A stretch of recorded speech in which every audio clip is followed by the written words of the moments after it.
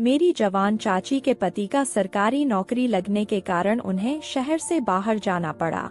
इस दौरान चाची को अकेलापन महसूस होने लग और चाची ने अपना अकेलापन दूर करने के लिए मुझसे नजदीकियां बढ़ाई।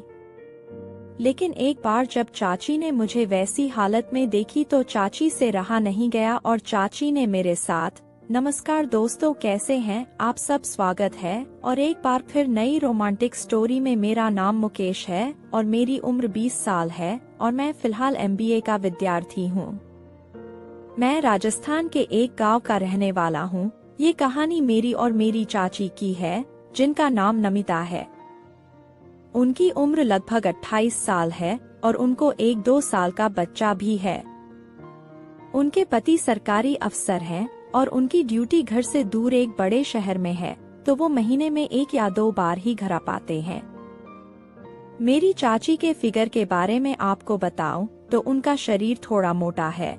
उनकी हाइट की बात करें तो 6 फुट 4 इंच है। वो बिल्कुल गोरी हैं। ऊपर से चाची भरपूर मेकअप भी करके रहती हैं, जिससे मेरा मन और भी ज्यादा उनकी ओर आकर्षित होता है। यह रोमांटिक कहानी आज से लगभग 8 महीने पहले शुरू हुई थी। तब उनके पति की नौकरी लगे 6 महीने हो चुके थे। वो वहाँ अच्छे से रहने लग गए थे। चाची घर पर अकेली ही रहने लगी थी। एक दिन मैं अपने घर पर बैठा हुआ मोबाइल में गेम्स खेल रहा था तो मेरे पास अनजान नंबर से कॉल आया। मैंने जब कॉल उठाया तो सामने से नमिता चाची की आवाज आई। वो बोली, मेरे बच्चे को जुकाम है, तो अगर तुम फ्री हो तो हम दोनों चलकर उसे डॉक्टर से दवाई दिलवा लाते हैं। मैंने चाची से 10 मिनट रुकने के लिए बोला और मैं तैयार होकर उनके घर आ गया। चाची भी तैयार हो रही थी। मैं उनको लेकर निकल गया। रास्ते में साइड वाले मिरर से मैं उनको ही देख रहा था, क्योंकि मैं बाइक के पीछे कभी किसी औरत को नहीं बिठाया है। चाची साड़ी में क्या कयामत सी लग रही है। इस सब से मैं बहुत ही ज्यादा गर्म हो रहा था, लेकिन उस समय मैं कुछ भी नहीं कर सकता था। मैंने उनके बेबी को दवाई दिलवाई और चाची को वापस घर पर छोड़ दिया। मैं अपने घर आ गया। रात में मैंने उनकी व्हाट्सएप की प्रोफाइल पिक को देखता ही रहा। थोड़े दिन ऐसे ही चलता रहा। अब मैं उन्हें हर सप्ताह में लगभग 2 या 3 बार मार्केट ले जाने लगा था और उनसे अच्छे से घुलने मिलने लगा था। धीरे धीरे चाची भी मुझे डबल मीनिंग बातें करने लगी और अच्छे से खुलकर बोलने लगी थी। ऐसे करते करते लगभग 6 महीने बीत गए। एक दिन उन्होंने मुझे कॉल किया और कहा, तुम अभी मेडिकल स्टोर पर जाओगे क्या? मुझे कुछ मंगवाना है। मैं आपको बता दूं कि नजदीक का मेडिकल स्टोर वाला मेरा अच्छा दोस्त है, तो मैं उसके पास जाता रहता हूँ। मैंने चाची से पूछा, आपको क्या मंगवाना है? तो वो बोली, मैं तुमको मैसेज कर रही हूँ, देख लेना और ले आना। थोड़ी देर में उनका मैसेज आया, जिसमें प्रेगा न्यूज लिखा था। ये प्रेगनेंसी टेस्ट के लिए होता है। पहले तो मुझे समझ नहीं आया कि ये क्यों लेना है। फिर मैंने सोचा कि पता नहीं ऐसा क्या हुआ है जो चाची को प्रेगनेंसी टेस्ट करना है। खैर, मैंने उनको वो लाकर दे दिया और देते समय मैंने उनको धीरे से ये भी बोल दिया कि थोड़ा सा अपने ऊपर कंट्रोल रख लिया करो, जो इसकी जरूरत ही न पड़े। चाची भी झट से बोल पड़ी, अरे मुकेश बाबू, कंट्रोल ही तो नहीं होता। ये कहकर चाची हंसने लगी। मैं भी अपने घर आ गया, लेकिन मुझसे वो बात भूली नहीं जा रही थी। उसके अगले दिन मैंने चाची से पूछा, क्या हुआ टेस्ट का? वो बोली, अभी तो कुछ भी नहीं है, बच गई। ये लिख कर वो हंसने लगी। मैंने भी थोड़ा कोशिश करते हुए कहा, मतलब अभी आप और भी मजे कर सकती हो? तो वो बोली, तुम्हारे चाचा तो अगले महीने आएंगे, तो अभी मजे कहाँ से लूंगी। मैं चुप रह गया। फिर थोड़े दिन बाद ऐसे ही हमारी खुली खुली बातें होने लगी। मैं भी उनके व्हाट्सएप स्टेटस वाली पिक पर नोटी कमेंट्स करने लगा और उनका भी जवाब मुझे अपनी तरफ आकर्षित करने वाला ही लगा। फिर एक दिन चाचा का कॉल आया, तू मेरे रूम में जा और वहाँ कुछ बुक्स रखी हैं, वो ले आ, तेरे पास एक लड़का आएगा, उसे तू वो दे देना। मैंने हामी भर दी। मैं वो बुक्स लेने उनके घर गया। तब लगभग दोपहर के 2 बजे थे और नमिता चाची सिलाई कर रही थी।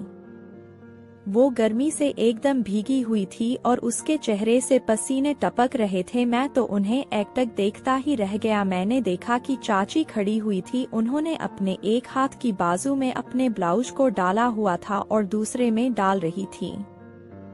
लेकिन जैसे ही मैं गया तो उनको पता चल गया और वो घूम गईं। उन्होंने अपनी साड़ी का पल्लू ठीक किया और पलटकर मेरी तरफ देखने लगीं। तब तक मैंने उनसे चाचा की बात बता दी थी। चाची ने मुझे किताब दी और मैं वापस अपने घर आ गया। सच बताओ दोस्तों, मुझे उस रात नींद नहीं आई। मेरी आंखों में सिर्फ चाची की मखमली जवानी ही सामने आ रही थी। अगले दिन चाची मिली तो बोली, कल क्या देखा था? मेरे भी मुंह से निकल गया, आपने देखने ही कहाँ दिया था।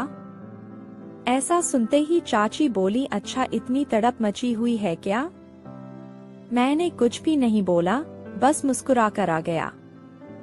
उसी रात को मैं खाना खाकर अपने कमरे में आया और मैंने अपने मोबाइल में नोटिफिकेशन देखा तो टेलीग्राम पर नमिता चाची के नंबर से 2 फोटो आई हुई थी। मैंने जैसे ही उनको ओपन किया तो मेरे होश उड़ गए। पहली फोटो में चाची अपने बेड पर लेटी हुई थी और उनका पल्लू उनके सर पर। मैंने उनको देखकर कोई जवाब नहीं दिया। तभी 1 मिनट बाद उनका मैसेज आया, क्या हुआ? मैंने बोला, कुछ भी नहीं। मैं अपने आप पर विश्वास नहीं कर पा रहा था कि ये सच में हो रहा है। फिर मैंने भी मौके का फायदा उठाते हुए लिखा कि फोटो में तो किसी के भी देख ले, उसमें क्या बड़ी बात है। जब हकीकत में देखने का मौका था तब तो आपने देखने नहीं दिया।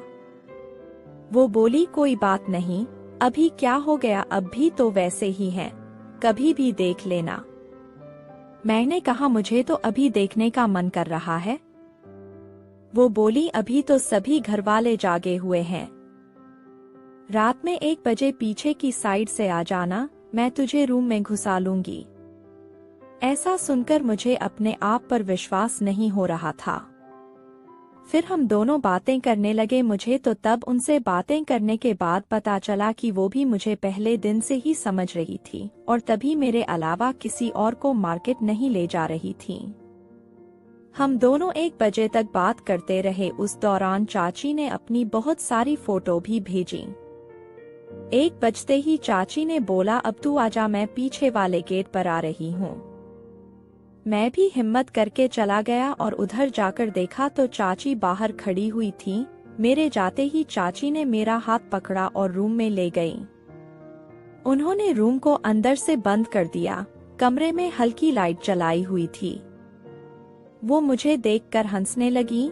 मुझे घबराहट हो रही थी कि मैं मैसेज पर तो न जाने क्या क्या बोल रहा था और अब सामने से फटी पड़ी है, समझ ही नहीं आ रहा था कि क्या बोलूं।